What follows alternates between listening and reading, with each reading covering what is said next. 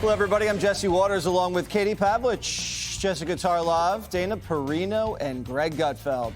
It's 5 o'clock in New York City, and this is The Five. Yeah.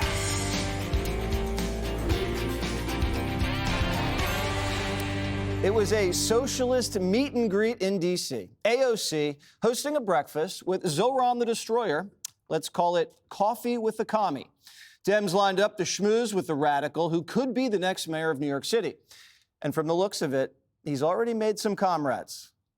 When people get to know him as a person, when people get to know us as real people, what they find kind of surprises them. He's bringing anybody who can see the reality of the success of his candidacy and his campaign together. It's just beautiful to have someone who is so authentic. You know, that's money cannot buy that. This guy is not a communist. He's not a socialist. He's an advocate for small c capitalism. But a few Dems aren't ready to join the Red Parade just yet.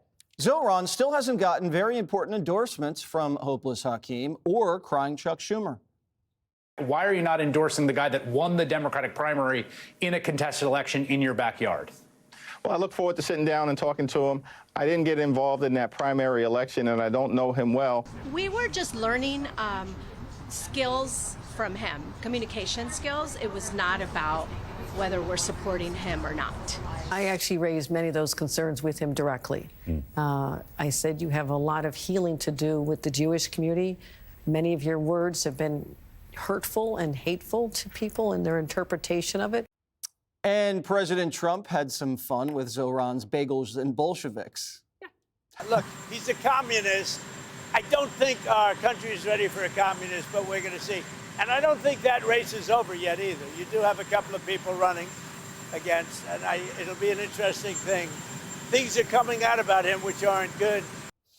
And so, Dana, the Democrats didn't really have a big red parade when they brought him in. They kind of snuck him through the back door. Well, they changed the location, right? Because Aisha Hasni was ready to go. We were going to take her live on Newsroom, and then they're like, wait, we got to get. She's in a different location, so she had to go. She got there, and the other thing that they did is those members that you saw came out the front door. That AOC and Mamdani left out the back door. Oh. Right? He doesn't want to take any questions. Debbie, I can't remember who it was. Was it Debbie Dingle or maybe it was Prayal Paul who said, people just need to get to know him better and then they're going to like him better. Okay, well, here's the thing. His meeting with business leaders, Wall Street guys, did not go well. And that's where he's pledged to stop saying globalize the intifada. It wasn't because it was like at the meeting with the Jewish community. That meeting didn't go well for him either. So I'm not buying it that the more you get to know him, the more you actually like him. I think that the more you get to know him, the more you are maybe terrified about it. But I wanted to also say this. So AOC and Zohran are kind of similar in that she caught the establishment candidate flat-footed. And he saw an opportunity and he zoomed in. Okay, that's great. They connected with voters where they are. They were young and fun, and they were talking to them on social media, TikTok, whatever it is. But here's the difference. AOC is one of 435 members of Congress. If he wins, and it's likely that he will, then he will be in charge of the largest city in the country, the most important city, I think, financially in the world. And it's 8 million residents, and that is different. Hakeem Jeffries and Schumer, they're running scared from this kid. And the tail is definitely wagging the dog. Is the tail wagging the dog, Jessica? A little bit. Woof, woof. I think that his meeting with the business leaders was the most important thing that he's done thus far. And there was one promise that they were looking for that they got. He's saying that he's not going to reduce NYPD headcount and has said very nice things about Police Commissioner Jessica Tisch. It was also... I believe her dad was at the meeting, the business leaders meeting as well. So that's something that has kind of allayed fears there. But Catherine Wild, who's a power broker, they call her the CEO of the Partnership for New York, and she's kind of the liaison between public servants and the business community, said that the crowd was very guarded, recognized how smart he is, what a good communicator he is, still has a lot of concerns, but that there are a lot of comparisons that they can make to de Blasio, that the policies are actually not that different. And they did survive the de Blasio era. So people are trying to focus on what he can actually accomplish versus what he's talking about. Like, he can't raise our taxes. the state has to raise our taxes. Where he can really do a lot of damage is in the world of real estate. And so people who work in the real estate sector are the ones that are particularly concerned with that. As for Trump getting involved, I thought it was interesting that he seemed to throw his support behind Cuomo and not behind Adams. Cuomo's obviously, to take whatever he can get at this particular moment. But I agree with Dana. It feels as if Mamdani is going to be the guy. Well, it's very nice of him to say that he won't fire any cops after he called them racist savages. Isn't that nice? And he said he wanted to completely defund NYPD. I think it's interesting watching national Democrats trying to make him national already, even though he hasn't won the mayoral race. Obviously, New York City is a big player on the world stage, but they're trying to already get him to his next gig. And you have these Democrats coming out of this meeting saying he's a small C capitalist. He says that he hates capitalism and that he doesn't like it and that he is more of a socialist. And C is also the first letter of the word communist, which the president has pointed out. I'm very curious about what they discussed behind closed doors, whether they talked about whether suicide bombing is legitimate resistance, whether globalizing the intifada is coming to Washington, D.C., which means blowing up cafes, blowing up concerts, et cetera, young people losing their lives for the sake of a political movement. And I doubt that they talked about communism as a movement that has killed over 100 million people throughout the course of history. So these are the ideas they don't want to really talk about, which is why they're changing the language to things like small C capitalists. But these are the things that he has said he believes in.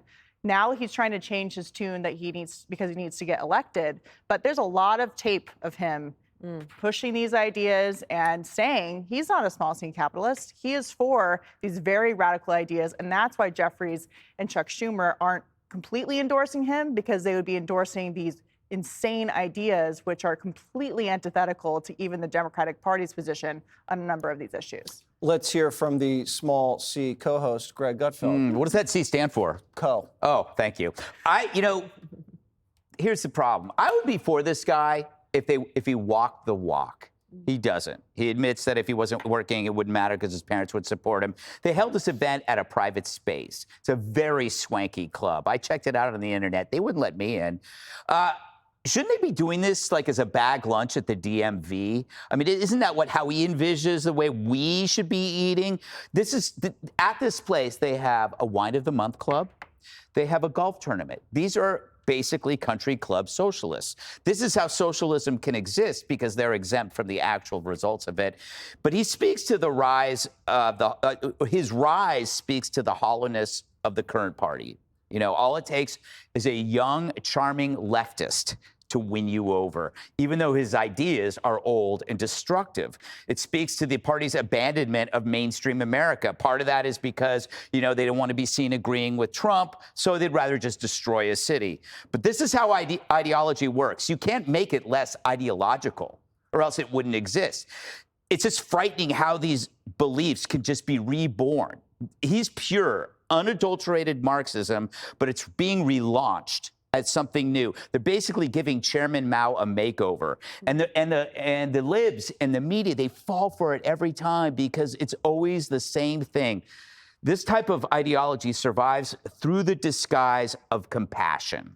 The rhetoric is easy. Anyone can do it, from a high school freshman to a mid-wit congresswoman, but it's no less deadly. If you see every issue where they push compassion as persuasion, it's always exploitation.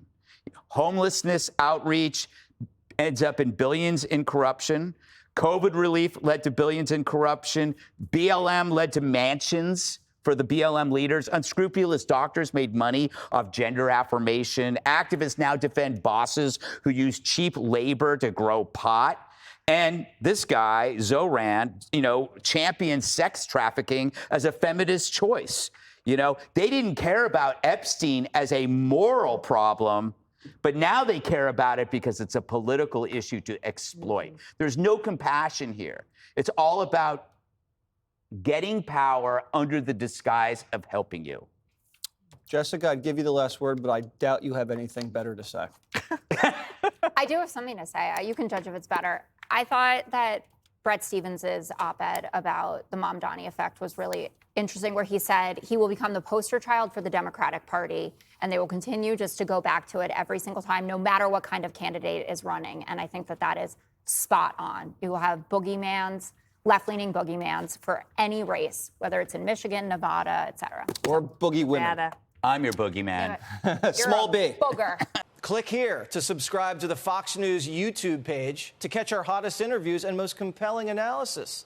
You won't get it anywhere else.